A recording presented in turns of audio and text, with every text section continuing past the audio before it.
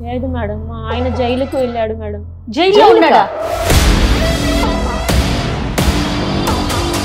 ఏం చేయాలి మేడం, ఎక్కడికి వెళ్ళాలో యాక్సిడెంట్ లో ఏమైంది? అవతల వాళ్ళకి ఏమన్నా దెబ్బలు తగిలినాయా? చనిపోయాడు మేడం. 3 నెలలు అవుతుంది మేడం, ఇంకా రాలేదు.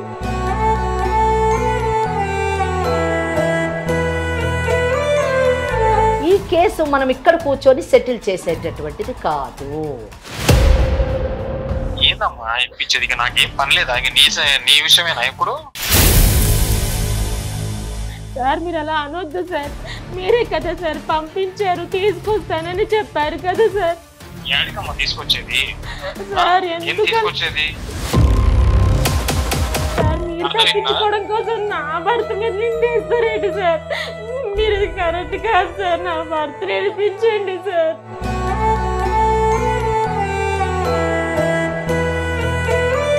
ఆయన జైలుకి పోతే ఇప్పుడు ఏమో ఇలా మాట మార్చేస్తున్నారు సార్. మీరు మంచిగా మాట్లాడి, అర్థం అవుతుందా పుష్ప? నువ్వు మంచిగా మాట్లాడు. 5 లక్షలు డబ్బు ఇస్తా అని చెప్పి మా ఆయనకేమో ఆశ పెట్టి పంపించేశారు కదా సార్. నేను ఎప్పుడు చెప్పానమ్మా 5 లక్షలు డబ్బులు ఇస్తా అని? ఏందమ్మా నీ పరిస్థితి, నీ పిల్లల పరిస్థితి? సరే నేను చూసుకుంటాలే.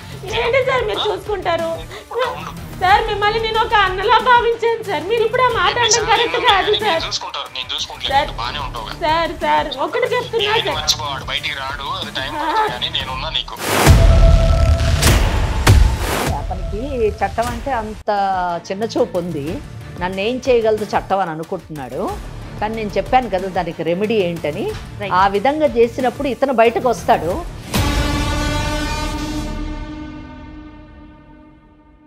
IVF చికిత్సలో 25% భారీ discount. Andro Max advanced male infertility centre. Pettineni సమర్పించు లీగల్ అడ్వైస్ కార్యక్రమానికి స్వాగతం.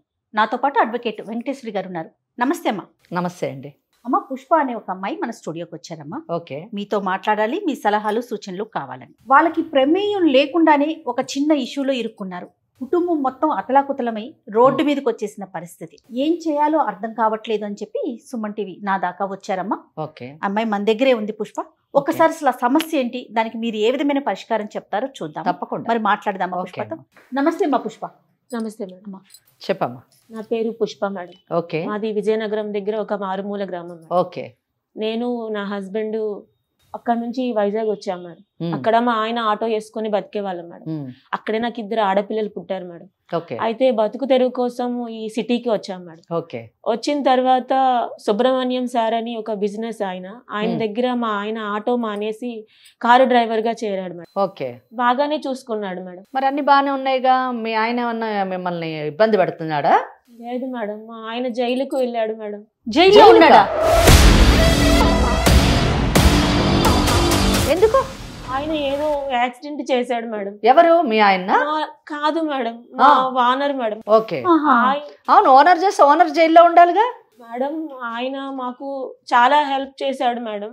ఆ హెల్ప్ చేసిన దీంతో ఆయన ఒక రోజు మా ఆయనకి నేను ఇలా యాక్సిడెంట్ చేశాను, సో నా తరపున నువ్వు జైలుకి వెళ్ళు, నేను ఒక కొద్ది రోజుల్లో నీకు ఇడిపిస్తాను, నీకు ఒక 5 లక్షల రూపాయలు ఇస్తాను, నీ బిడ్డల్ని చూసుకుంటాను, చదివిస్తాను, మీకు ఒక భరోసాగా ఉంటాను అని చెప్పాడు మేడం. అయ్యో, ఓకే. ఇదేంటమ్మా? అది మా ఆయనకి ఆశ పుట్టింది మేడం. 5 లక్షలు? అవును మేడం. పరిస్థితి బాగాలేదు, బతుకు తెరువు కోసం సిటీకి వచ్చాం మేడం. మాకు ఎవరు లేరు, నాకు అమ్మా నాన్న లేరు మేడం. నాకు మా ఆయనకి నేనే అలాగే బతుకుతున్నాం మేడం. మా ఆయన చెప్పితే ఒప్పుకోలేదు మేడం. నేను వద్దు అయ్యా, వెళ్ళొద్దు, నువ్వు జైలుకి వెళ్తే మా పరిస్థితి ఏంటి, నాకు ఇక్కడ ఎవరున్నారు, పిల్లలు 2 ఆడపిల్లలు, మాకెవరు చూస్తారయ్యా అని నేను బతిమలాడాను మేడం. అయినా మా ఆయన ఒప్పుకోలేదు మేడం. పరిస్థితి అంతా చెప్పి నన్ను బలవంతంగా ఒప్పించారు మేడం. ఒప్పించి వచ్చేస్తానన్న మనిషి 3 నెలలు అవుతుంది మేడం, ఇంకా రాలేదు.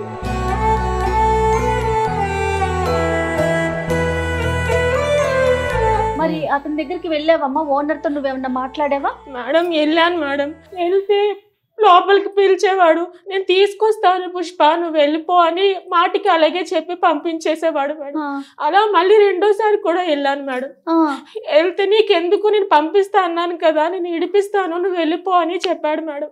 ఏం చేయాలి మేడం, ఎక్కడికి వెళ్ళాలో తెలియదు. యాక్సిడెంట్ లో ఏమైంది? అవతల వాళ్ళకి ఏమన్నా దెబ్బలు తగిలినాయా? చనిపోయాడు మేడం. నీకేం కావాలమ్మా మరి ఇప్పుడు? మేడం నాకు డబ్బులు వద్దు మేడం, నాకు మా ఆయన కావాలి మేడం. నా 2 పిల్లలు తండ్రి కోసం ఏడుస్తున్నారు మేడం. అంతే కదా మరి. ఎక్కడికి వెళ్ళాలో తెలియదు మేడం. 2-3 రోజులుగా సుమన్ టీవీని ఆశ్రయిస్తున్నాను మేడం. నాకు ఈ రోజుకి నాకు అవకాశం దొక్కింది మేడం. నా బాధ చెప్పుకోవడానికి నాకు న్యాయం కావాలి మేడం. మీరే ఏదైనా దారి చూపించాలి మేడం. ఇంకా ఈ రోజుల్లో కూడా ఇంత అమాయకంగా ఉన్నారా? నాకు అర్థం కావట్లేదు. ఇప్పుడు అమాయకత్వం ఏముంది? 5 లక్షల గురించి ఆశపడ్డాడు. నాకు అమాయకత్వం అనిపించట్లేదు. ఎందుకంటే డబ్బు గురించి చట్టాన్ని పక్కద్రోవ పట్టించడం కదా. అయితే ఒకటేంటంటే ఈ అమ్మాయి ఇప్పుడు మేము సుమన్ టీవీని ఆశ్రయించింది, న్యాయం కావాలి, తన భర్త తనకు కావాలి అని చెప్పి ఆశ్రయించింది కాబట్టి తప్పకుండా మనము అండగా నిలవాలి. ఆ అమ్మాయికి సరైనటువంటి దోవని చూపించి ఖచ్చితంగా భర్త బయటకు వచ్చేటటువంటి మనము ఆ అమ్మాయికి న్యాయం చేసేటటువంటి అవకాశం. కానీ నేనేమంటున్నానంటే కేవలం ఒక 5 లక్షల కోసం భార్య పిల్లల్ని వదిలేసి తను చెయ్యని తప్పుకి జైలుకు వెళ్ళటానికి కూడా ఇష్టపడ్డాడు అంటే వచ్చేస్తానన్న ఒక నమ్మకం ఉందంటారా? ఆ అమ్మాయి చెప్పిన కేసు ఒక్కసారి మనం జాగ్రత్తగా వింటే 2 పిల్లలు ఉన్నారు. సో ఆ పిల్లలకు మంచి భవిష్యత్తు ఇవ్వాలి, వాళ్ళిద్దరూ కూడా మంచి జీవితం గడపాలని ఈ హైదరాబాద్కి రావడం జరిగింది. సో ఇక్కడ మనకు అర్థమయ్యేది ఏంటంటే ఆర్థిక పరిస్థితిని మెరుగుపరుచుకోవడానికి హైదరాబాద్కి వచ్చారు. సహజంగా చూస్తాం కదమ్మా ఇవి. ఒక 5 లక్షల గురించి ఆశపడి తన జీవితాన్ని పణంగా పెట్టి భార్యా బిడ్డలను ఏదో ఉద్ధరిస్తాను అని అనుకుని వెళ్ళిన వాడు జైల్లోనే ఉన్నాడు. అది కూడా ఏంటి, చట్టంతోనే అతను ఆటలు ఆడుకోవడం. ఇక్కడ మాత్రం 100% ఆయన అమాయకత్వమే, నేను కాదన్ను. అంటే అక్కడ ఓనర్ని నమ్మడం ఒక అమాయకత్వము. చట్టం చాలా కఠినంగా ఉంటుంది. తప్పు చేసేటటువంటి తప్పు కాదు, నేరం. తప్పు అన్న చిన్న మాట. నేరం చేసేవారి పట్ల చట్టం చాలా కఠినంగా ఉంటుంది అన్నది ఈ కేసులోని మనం తెలుసుకునేటట్టు. మరి ఇప్పుడు ఈ పుష్పకి మీరు ఏం చెప్తారమ్మా? పుష్ప ఏం కావాలి పుష్ప నీకు? నాకు వద్దు మేడం, నాకు నా భర్త క్షేమంగా ఇంటికి రావడం కావాలి మేడం. ఓకే, ఈ కేసు మనం ఇక్కడ కూర్చొని సెటిల్ చేసేటటువంటిది కాదు. ఎందుకంటే ఇది నాన్ కాంపౌండబుల్ కేసు అని అంటారు. నాన్ కాంపౌండబుల్ అంటే సెటిల్మెంట్ చేసేటటువంటిది కాదు. కన్విక్షన్ అన్న పడాలి లేదా ఎక్విటల్ అన్న పడాలి, అంటే జైలు శిక్ష అన్న పడాలి లేదా విడుదలన్నా కావాలి. ఇక్కడ ఈయన చేసినటువంటి అటు ఫ్యాక్ట్స్ తీసుకుంటే వాళ్ళ ఓనరు యాక్సిడెంట్ చేశారు. సో ఈయన బయట పడాలి అంటే ఇతని దగ్గర ఏమైనా సాక్ష్యాధారాలు ఉన్నాయా? ఇండియన్ ఎవిడెన్స్ యాక్ట్ లోని ఓరల్ గా అంటే ఎవరన్నా సాక్షులు ఉండి చెబుతారా, లేదా డాక్యుమెంటరీ ఎవిడెన్స్ ఏదన్నా రాతపూర్వకంగా కానివ్వండి, ఫోన్ కాన్వర్జేషన్ కానివ్వండి, సీడీలు కానివ్వండి, వీడియోలు కానివ్వండి, ఏమన్నా ఉన్నాయా? అవి కానీ ఉంటే ఇతను ఎలా బయటపడచ్చు అన్నది నేను నెక్స్ట్ చెప్తాను. ఉన్నాయి మేడం. ఏముంది? ఆయన ఫోన్లో మాట్లాడినప్పుడు ఫస్ట్ మా ఆయన మామూలుగా మాట్లాడాడు మేడం. రెండోసారి ఆయన మాటల్లో కొంచెం తేడా అనిపించి నేను చెప్పిన తర్వాత రికార్డ్ చేశారు మేడం. రికార్డ్ చేశారు, మెసేజ్లు ఉన్నాయి మేడం. తర్వాత సీన్ అన్న అని ఒక అన్న కూడా ఉన్నాడు మేడం పక్కన, మధ్యలో అతను కూడా ఉన్నారు మేడం. మీకు సాక్ష్యం కావాలంటే నేను ఆయన్ని కూడా పిలిపిస్తాను మేడం. ఈ 2 ఉన్నాయి మేడం. ఎలా మేడం, నా భర్త నాకు కావాలి మేడం. నువ్వేం భయపడొద్దమ్మా, నీ భర్త తిరిగి వస్తాడు. ఎవ్వరు సెటిల్మెంట్ చేయక్కర్లేదు, నీకు చట్టమే నిన్ను కాపాడుతుంది. ఒకసారి ఆ రికార్డు వినిపించుమా? Hello sir. సాగర్ ఎక్కడున్నావు? ఇంట్లో ఉన్నాను సార్. ఏం బయలుదేరలేదా? రావట్లే? అదే సార్ మాట్లాడుతున్నా సార్, భార్య ఒప్పుకోట్లేదు సార్. అదేంది సాగర్, ఎందుకు టెన్షన్ పడుతున్నా? నేనున్నా కదరా నీకు. ఎందుకు ఏంది సమస్య చెప్పు. నేనున్నా, నీకు డబ్బులు ఇస్తా అన్న, 5 లక్షలు ఇస్తా, నీ ఫ్యామిలీని సెటిల్ చేస్తా, పిల్లల్ని ఇప్పుడు గవర్నమెంట్ స్కూల్లో ఉన్నారు తీసుకెళ్లి మంచి కాన్వెంట్ బడిలో వేస్తా. ఇంకేంది నీ టెన్షన్ ఏంది? ఎందుకు భయపడుతున్నావు? అదే సార్ ఒప్పుకోట్లేదు. మా పిల్లలు ఉన్నారు కదా సార్, చిన్న పిల్లలు. అరే బాబు సాగరు, నేను సెటిల్ చేస్తా, నేను చూసుకుంటా, ఎందుకు భయపడుతున్నావు? అట్లా లోపల పోతే ఇట్లా బయటకు వస్తావు అంతే, ఏం లేదు. నేను బెయిల్ ఫార్మాలిటీస్ నేను చూసుకుంటా, నేను బయటికి తీసుకొస్తా. నువ్వు ఎట్లా సాగర్ మాట్లాడు, ఎందుకు రా నువ్వు బయలుదేరు, నేను చూసుకుంటా కదా, నీకెందుకు? నేను బయటికి తెచ్చే బాధ్యత నాది. ఏంటి సార్ మీరేమో యాక్సిడెంట్ మీరు చేశారు, నాకేం పరిచయం అవుతుంది కదా సార్. ఇప్పుడు నేను నాకు అరే బాబు అదంతగా నేను చూసుకుంటా అంటున్నా కదా, నేను సెటిల్ చేస్తా అంటున్నా కదా నిన్ను. ఇప్పుడు నేను ఉంటేనే కదా నీకైనా ఇప్పుడు నీకు జీతం ఇస్తున్నా, నిన్ను చూసుకుంటున్నా. నీ పిల్లలకు కూడా మంచి భవిష్యత్తు ఉంటుందబ్బా, మంచి స్కూల్లో చేర్పిస్తా నేను, నీ లైఫ్ మారిపోద్ది కదా. ఇప్పుడు నేనుంటే నిన్ను సెటిల్ చేస్తా అంటున్నా. నువ్వు జైలుకు పోయినట్టు కాదు, అట్లా పోతావు ఇట్లా వస్తావు అంతే. నా దగ్గర మంచి మంచి లాయర్లు ఉన్నారు, మన మంచి సర్కిల్ ఉంది, మనం చెప్తే మన పని నడుస్తుంది, మన ఏడకపోయినా. నన్ను నమ్మబ్బా, నువ్వు గుడ్డిగా నమ్మి వచ్చే నన్ను. ఇప్పుడు 2 సంవత్సరాలు 3 సంవత్సరాల నుంచి నా దగ్గర పని చేస్తున్నావు కదా, నేను ఎలాంటి వాడినో తెలుసు కదా నీకు. ఇంకేంది, నన్ను గుడ్డిగా నమ్మి వచ్చే అబ్బా, నేను చూసుకుంటా నిన్ను. సరేనా? సరే బయలుదేరు సాగర్, ఏంటి ఆలోచించు, ఇంట్లో డిస్కషన్ పెట్టకు, వచ్చేయి. ఓకే ఉంటా. సరే సరే. ఎంత బాగా నమ్మబలుగుతున్నాడు. నేనున్నాను, నేను చూసుకుంటున్నానని చెప్తున్నాడు అతను. మోసపోవడం తప్పు కాదు, మోసం చేయడం తప్పు. సమాజంలోని 100% మోసగాళ్లే ఉంటారు. సో మోసగాళ్ళు చేసేటటువంటి మోసాలకి ప్రలోభాలకి లొంగిపోయి మోసపోవడం అన్నది మన తప్పు. కనుక మనం జాగ్రత్తగా ఉండాలి అన్నది ఈ కేసు ఒక మంచి ఉదాహరణ. మరి ఇప్పుడు ఏం చేద్దామమ్మా? పుష్పకి మీరు ఏం చెప్తారు? ఓకే, చాలా అంటే నేను విన్నాను కదా, ఈ సాక్ష్యం నిజానికి చాలా ఉపయోగపడుతుంది ఇతను బయటపడడానికి. అయితే ఒక్కటి ఏంటంటే, ఈ సాక్ష్యాన్ని కోర్టులోని పెట్టాలన్నా కానివ్వండి, దానికి మళ్ళీ 65B అనేటటువంటి ఒక పెటిషన్ వేసి ఇండియన్ ఎవిడెన్స్ యాక్ట్ ప్రకారం పెట్టాల్సి వస్తుంది. అయితే ఇతను బయటపడడానికి ఏంటంటే, నేను తప్పు చేశాను, ఇది జరిగింది అంటే 191 కింద ఇతను ఫాల్స్ ఎవిడెన్స్ ఇచ్చాడు కదా, ఇండియన్ పీనల్ కోడ్. ఇప్పుడు మీరు ఇమీడియట్ గా క్రిమినల్ ప్రొసీజర్ కోడ్ కి షిఫ్ట్ అయిపోవాలి. షిఫ్ట్ అయిపోయి 306 section 306 of criminal procedure code కింద పెటిషన్ పెట్టుకోవాలి. ఏ కోర్టులో అయితే కేసు నడుస్తుందో, ఏ కోర్టులో అయితే కేసు నడుస్తుందో, అంటే ఆ అమ్మాయి పెట్టుకోలేదు, ఒక అడ్వకేట్ ని పెట్టుకొని ఆ కన్సర్న్డ్ కోర్టులోని section 306 of criminal procedure code కింద ఒక అప్లికేషన్ పెట్టుకోవాలి.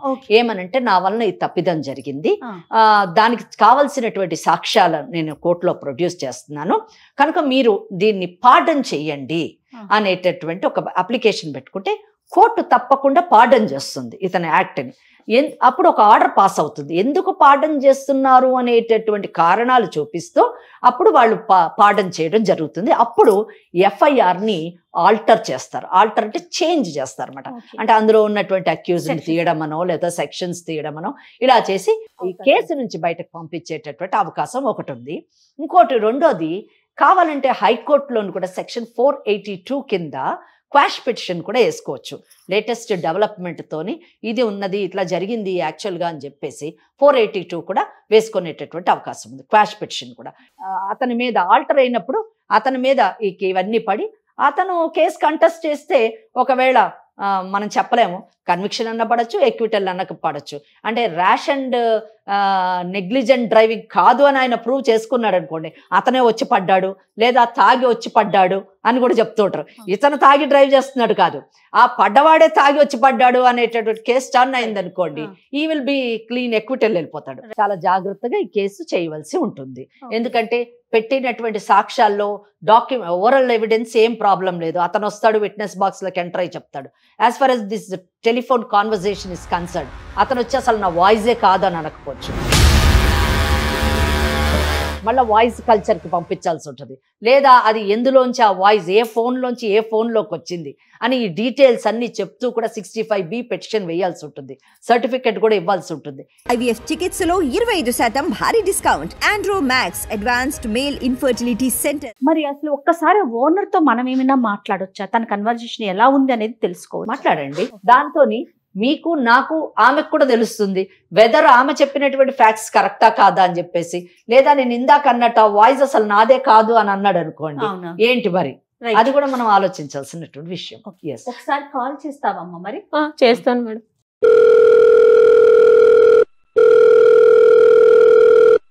Hello hello sir. చెప్పమ్మా. సార్ నేను పుష్పాని సార్. చెప్పమ్మా, ఏంది ఫోన్ చేసినావు? సార్ మా ఆయన్ని తెస్తా అన్నారు కదా సార్. ఏందమ్మా ఇప్పించేది? ఇక నాకేం పని లేదా? నీ విషయమేనా ఇప్పుడు? సార్ మీరు అలా అనొద్దు సార్, మీరే కదా సార్ పంపించారు, తీసుకొస్తానని చెప్పారు కదా సార్. ఏడికమ్మా తీసుకొచ్చేది? సార్ ఏం తీసుకొచ్చేది? చెప్పారు సరే అన్నాను. ఇంకా ఇదే పనా నాకు? నాకు ఎన్ని పనులు ఉంటాయి? నీకు సేవ చేసుకుంటూ కూర్చోవటమేనా? ఏదో సరే మనోళ్ళు కదా, సరే ఏదో సాయం చేద్దాం అనుకుంటే ఈ పొద్దుస్తమానం ఇప్పుడు మొన్న ఇంటికి వచ్చావంట, అంతకు ముందు ఇంటికి వచ్చావంట, ఆ వాచ్మెన్ చెప్పాడు, ఇంకా పొద్దుస్తమానం ఇదేనా? సరే ఇప్పుడు ఇంటికి వస్తుంది సర్లే అనుకుంటే ఇప్పుడు మళ్ళీ ఫోన్లు. సార్ వినండి సార్, నేను చెప్పకుండా మీరు ఎందుకు అలా మాట్లాడుతున్నారు సార్? 2 సార్లు కాదమ్మా, అట్లా ఎన్నిసార్లు ఫోన్ ఏంది? ఇప్పుడు ఏదైనా పని ఉంటే అయితే చేస్తాం, లేకపోతే టైం పడుతుంది. మీరు ప్రతిసారి ఇట్లా ఫోన్ చేసి విసిగిస్తే అది ఎట్లా, ఏం చేయాలి నేను? మీరు తప్ప నాకేమి పని లేదా ఇక? సార్ అలా అనొద్దు సార్, మీరు చెప్తే కదా సార్ మా ఆయన వెళ్ళిండు. ఇప్పుడు మీరు అలా అంటే నేను ఎవరికి చెప్పుకోవాలి సార్? నా పిల్లలు అడుగుతున్నారు సార్ నాన్న కావాలని. మీరు 2 నెలలు అని చెప్పారు సార్, ఇప్పుడు 3 నెలలు అయిపోయింది సార్. ఇంటికి వస్తే పంపించేస్తున్నారు సార్. ఇది కరెక్ట్ కాదు సార్, మాకు న్యాయం చేయండి సార్. నువ్వు ఇక్కడ ఏడిస్తే ఏం కాదు, అర్థమవుతుందా? ఫస్ట్ ఆఫ్ ఆల్ మీ ఆయన తప్పు చేయకుండా ఉండాల్సింది. తాగాడు, వెళ్ళి గుద్దాడు, అయింది, జైలుకి వెళ్ళాడు. దానికి ఎవరేం చేస్తాడు? నేనేం చెప్పాను దగ్గర డ్రైవర్ గా పనిచేసాడు. నా వంతుగా నేనేదో సాయం చేద్దాము, విడిపిద్దాము అనే ఉద్దేశంతో ఒక మాట చెప్పినందుకు ఇట్లా తగులుకున్నావేంది నువ్వు నన్ను? నా చేతులు ఇప్పుడు మీ ఆయన చేసిన పని వల్ల నా కారు ఇరుక్కుంది, నాది ఇంకా స్టేషన్ లోనే ఉంది, నాది రాలేదు. మీరు చేసిన తప్పుకు నేను సఫర్ అవుతున్నా కదా ఇప్పుడు. నా మొగుడు తాగాడు సార్, తనకి తాగడం అలవాటే లేదు సార్. మీరు కొత్తగా అందరు మొగుళ్ళు ఇంటికాడ అట్లే ఉంటారు, కానీ ఒకసారి గేట్ దాటి బయటకు వస్తే మీ ఆయన ఏం చేస్తాడు నీకు తెలుసా? తెలుసు, మీ ఆయన తాగుతాడు ఇంకా చాలా అలవాట్లు ఉన్నాయి నీ మొగుడికి. ఎందుకు అవన్నీ చెప్పుకుంటే బాగుంటది ఇంకా. సార్ మా ఆయనతో 10 సంవత్సరాలుగా కాపురం చేస్తున్నాను, ఏ రోజు తాగలేదు సార్. ఇప్పుడు మీరు కొత్తగా ఉన్న మగాడు బయట ఉన్న మగాడు ఒకటి కాదులేమ్మ. గానీ నేను 2-3 సార్లు మీ ఆయన తోటి నేను బయట ట్రిప్ కి వెళ్ళినప్పుడు, ఇంకో చోటకి వెళ్ళినప్పుడు మీ ఆయన డ్రైవింగ్ చేస్తుంటే మాట్లాడుతుంటే మందు వాసన నాకు 4-5 సార్లు వచ్చింది. తాగి 2 సార్లు తోలాడు, నేను తిట్టాను కూడా మీ ఆయన్ని. సార్ మీరు తప్పించుకోవడం కోసం నా భర్త మీద నిందేస్తారేంటి సార్? మీరు కరెక్ట్ కాదు సార్, నా భర్త నేర్పించండి సార్. ఏందమ్మా ఇడిపించేది?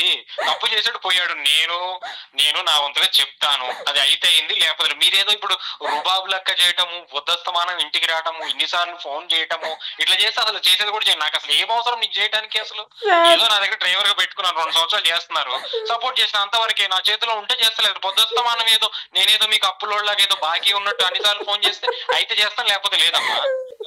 మీరు అట్లానో చూడమ్మా, ఇప్పుడు నేను మీకు చేయాల్సిన దానికంటే చాలా ఎక్కువ చేశాను. 20,000 జీతం ఇస్తాను. ఇవాళ రేపట్లో ఎవరు ఇస్తారమ్మా డ్రైవర్లకి? 15,000 నెలంతా కొట్టుకుంటే 15,000 కంటే ఎక్కువ జీతం. 20,000 ఇచ్చాను, 20,000 ఇస్తున్నాను. ఇస్తున్నా లేదా?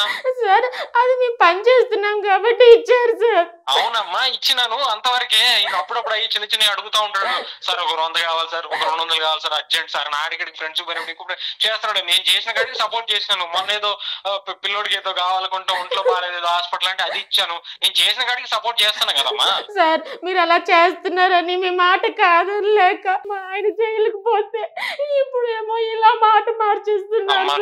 మీరు మంచిగా మాట్లాడండి, అర్థం అవుతుందా పుష్ప? నువ్వు మంచిగా మాట్లాడు. మీ ఆయన జైలు పోయింది, మీ ఆయన తాగి చేసిన తప్పుకు ఆయన జైలు పోయినాడు, అర్థం అవుతుందా? ఏదో నా కోసం ఏదో ఆయన ఏదో చారిటీగా చేస్తే నా కోసం పోయినట్టు మాట. తాగాడు, గుద్దాడు, పోయాడు. నా దగ్గర పని చేశాడు కాబట్టి నేను బాధ్యతగా బయటికి తెప్పిద్దాం అనుకున్నా, నేను అంతవరకే. అంతేగాని నువ్వు ఏదో డిమాండ్ చేసి మాట్లాడితే డిమాండ్ ఏంటి సార్? డిమాండ్ ఏంటి సార్? మీరు చేసిన పనికి నా మొగుడు జైలుకి వెళ్ళాడు సార్. నేనేం చేశా? ఆగు పుష్ప ఆగు. నేనేం చేశా? నేను సార్ మీరు చేసిన పనికి మీ ఆయన జైలుకి వెళ్ళటం కదా సార్? యాక్సిడెంట్ చేశారు. యాక్సిడెంట్ చేశారు. నేను చేశానా యాక్సిడెంట్? ఎవరు చెప్పారు నేను చేశానని? నీ మొగుడు గుద్దితే నేను ఏడో బయట ఉన్నా, అప్పటికప్పుడు పోయి మాట్లాడి నేను బెయిల్ ట్రై చేస్తే రాలే, తీసుకెళ్లి లోపలేసారు. నీ మొగుడు గుద్దితే కారు తాగి చచ్చాడు అక్కడ మనిషి, అర్థమవుతుందా? ఇప్పుడు నా నెత్తిన వేసుకున్న సమస్య నేను చేశానంట.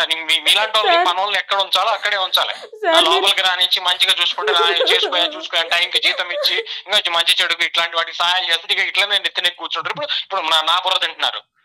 నువ్వు ఎందుకు చేస్తావు ఫోన్ నాకు ఊరికే? సార్ మీరు అలా అనొద్దు సార్. 100 పనులు ఉంటాయి. అగో అమ్మా విను, నాకు 100 పనులు ఉంటాయి. నువ్వు ఒక్కదానివే కాదు, నాకు 100 పనులు ఉంటాయి. నాకు కంపెనీలు ఉన్నాయి, ఇంకోటి ఉంది, ఆఫీసులు ఉన్నాయి, మీటింగ్లు ఉంటాయి. నాకు బయటకు వెళ్ళేది 100 ఉంటుంది. నాకు ఫ్యామిలీ ఉంది. పొద్దుస్తమానం నువ్వు నీ మొగుడు ఇదేనా నాకు? ఇంకా సార్ నేను మాట్లాడనివ్వండి సార్, మీరే నన్ను మాట్లాడనివ్వట్లేదు. మీరు కావాలని తప్పించుకుంటున్నారు సార్. నా బిడ్డలు ఏడుస్తున్నారు సార్. మీరు డబ్బులు మా చూపించి మమ్మల్ని బాగా అన్యాయం చేశారు సార్. సార్ మాకు డబ్బులు వద్దు, ఏం వద్దు సార్. నా పిల్లలకి తండ్రి కావాలి, నాకు నా భర్త కావాలి సార్. ఇంతకన్నా నేను ఇంకేం మిమ్మల్ని కోరుకోను సార్. దూరంగా వెళ్ళిపోతాం సార్, ఎక్కడికో పోయి బతుకుతాం సార్. అయితే చేస్తా, లేకపోతే లేదు, అంతవరకే. మీరు నన్ను డిమాండ్ చేసి మాట్లాడటానికి లేదు పుష్ప, వింటున్నావా? డిమాండ్ చేసి మాట్లాడటానికి లేదు. మీకు మాకున్న సంబంధం డ్రైవర్ కి ఓనర్ కు ఉన్నది మాత్రమే. పని చేశాడు, యాక్సిడెంట్ చేసుకున్నాడు, గుద్దుకున్నాడు, లోపలికి పోయాడు, తాగి చేసిన తప్పుకి ఇబ్బంది పడుతున్నాడు. నా చేతిలో ఉన్న కాడికి నేను విడిపిస్తా అంతే. నువ్వు ఏదో హక్కు కింద బాధ్యత కింద ఏదో వచ్చి పొద్దుస్తమానం ఇంటికి అడిగి రావటము లేకపోతే ఇట్లా ఫోన్లు చేయడం అయితే పద్ధతి కాదు. 2-3 సార్లు చూస్తా, ఈసారి బ్లాక్ చేసి పడేస్తా. అర్థమవుతుందా? అలా చేస్తే మేము బతకాలి, చచ్చిపోవాలి సార్. మా పిల్లల ముఖం చూసి ఆలోచించండి సార్. మీరు అనవద్దు సార్, ఎలాగైనా నా భర్తను మాకు ఇప్పించండి సార్. మాకు డబ్బులు వద్దని మీకు చెప్తున్నా సార్. ఏ డబ్బులమ్మా? డబ్బులేంది? కొత్త డబ్బులు మాటలేంది? డబ్బులు ముచ్చటేంది? డబ్బులేంది? సార్ మీరు అనే కదా సార్ నా భర్తను పంపించేశారు. నేనేం డబ్బులన్నమ్మా? 5 లక్షలు డబ్బు ఇస్తా అని చెప్పి మా ఆయనకేమో ఆశ పెట్టి పంపించేశారు కదా సార్. నేను ఎప్పుడు చెప్పానమ్మా 5 లక్షలు డబ్బులు ఇస్తా అని? సార్ ఇప్పుడు నా పరిస్థితి, నా పిల్లల పరిస్థితి ఏంటి సార్? ఏందమ్మా నీ పరిస్థితి, నీ పిల్లల పరిస్థితి? సరే నేను చూసుకుంటాలే. ఏంటి సార్ మీరు చూసుకుంటారు? ఉండు సార్, మిమ్మల్ని నేను ఒక అన్నలా భావించాను సార్. మీరు ఇప్పుడు ఆ మాట అనడం కరెక్ట్ కాదు సార్. చూసుకుంటారు, నేను చూసుకుంటా, బానే ఉంటావు సార్. సార్ ఒకటి చెప్తున్నా సార్, మర్చిపోవాడు, బయటికి రాడు, అది టైం పడుతుంది కానీ నేనున్నా నీకు. సార్ అంత మాట అనొచ్చండి సార్. సార్ నా భర్తను ఎలా తెచ్చుకోవాలి నాకు తెలుసు సార్. నా దగ్గర అన్ని ఆధారాలు ఉన్నాయి సార్. ఏం ఆధారాలు ఉన్నాయి? ఉన్నాయి సార్, ఆధారాలు ఉన్నాయి సార్. ఇప్పుడు నాతో అడ్జస్ట్ అవ్వు. ఆయన వస్తాడో రాడో నాకు తెలీదు సార్. నా దగ్గర ఆధారాలు ఉన్నాయి సార్. మీరు అన్న మాట ఏమున్నాయి ఆధారాలు? ఉన్నాయి సార్. ఆధారం ఉంటే ఏం చేస్తావు? పో, ఏం చేసుకుంటావు చేసుకోపో. నేను కూడా చేస్తాను, ఏం చేసి ఏం తమాషాలు ఉందా? ఆధారం ఉన్నాయంటే ఫోన్లే పాపం ఏదో సాయం చేస్తామని నేను అనుకుంటే ఆధారాలు ఉన్నాయి. నన్నే బ్లాక్ మెయిల్ చేస్తున్నాను. ఏం చేసుకుంటావు చేసుకోపో. తమాషగా ఉందా? అసలు నీ ఫోన్ ఎత్తడం నేను చేసిన తప్పు ఫస్ట్ చెప్పాడే మనోళ్ళు. ఇది మేడం పరిస్థితి. ఇప్పుడు నాకు ఏంటి మేడం? ఇది మేడం పరిస్థితి కాదు, ఇది పరిస్థితి అని నీకు ఇప్పుడు అర్థమైంది.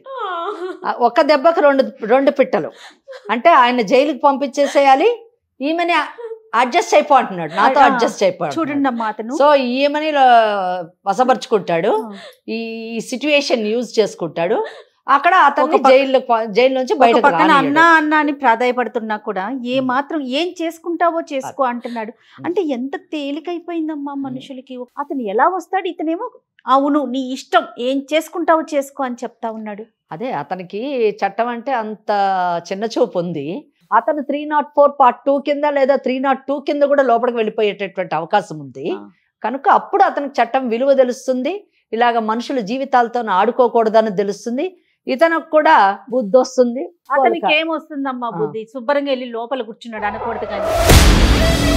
ఆ అమ్మాయి కాదు, పిల్లల్ని పెట్టుకుని అంత బాధపడి ఏమండి ఎటు తిరిగినా గానీ మహిళే బాధపడాలి. అది చూడండి, ఈ కేసు కూడా మళ్ళీ మహిళ దగ్గరికి వచ్చి ఆగింది. చాలా బాధ అనిపిస్తుంది ఆ ఫోన్ మాట వింటుంటేనే. అందుకే మేడం ఎక్కడికి వెళ్ళాలో తెలియలేదు మేడం. నాకు మీరు మీ సుమన్ టీవీ నాకు న్యాయం చేస్తారని అనుకుంటున్నాను మేడం. ఎందుకంటే ఇప్పుడు కూడా చాలా భయంతోనే వచ్చాను మేడం. అతను అంత కర్కశంగా మాట్లాడుతుంటే నేను ఎక్కడికి పోవాలి మేడం? నాకు మీరే న్యాయం చేయగలుగుతారని నేను మనస్ఫూర్తిగా వెళ్తున్నాను మేడం. మేము చట్టానికి లోబడి మనం ఎంతవరకు చేయగలమో మన అడ్వకేట్ మేడం ఉన్నారు, వెంకటేశ్వరి గారు. అమ్మా నాకు ఇతని ఫోన్ విన్నాక ఇంకొక అనుమానం వచ్చిందమ్మా. ఇప్పుడు ఈ పిల్ల ఒంటరిగా పిల్లల్ని పెట్టుకొని ఉంటుంది, తన మీదకి అతను ఏమన్నా అంటే ఇప్పుడు నా దగ్గర ప్రూఫ్స్ ఉన్నాయని కూడా చెప్పింది కదా, వేరే రకంగా ఏమైనా ఇబ్బంది పెట్టే అవకాశం ఉంటుందేమో, ముందస్తుగా అట్లా ఏదన్నా వస్తే ఏమన్నా చెయ్యొచ్చా? తప్పకుండా ఆమె ఉమెన్స్ ప్రొటెక్షన్ సెల్ ని అప్రోచ్ కావచ్చు, తనకి ప్రొటెక్షన్ ఇమ్మని చెప్పేసి కోరొచ్చు.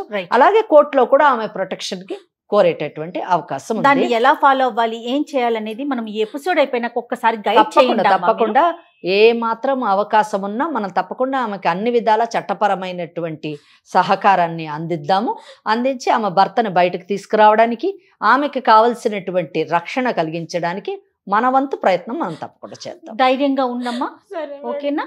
సరే మేడం.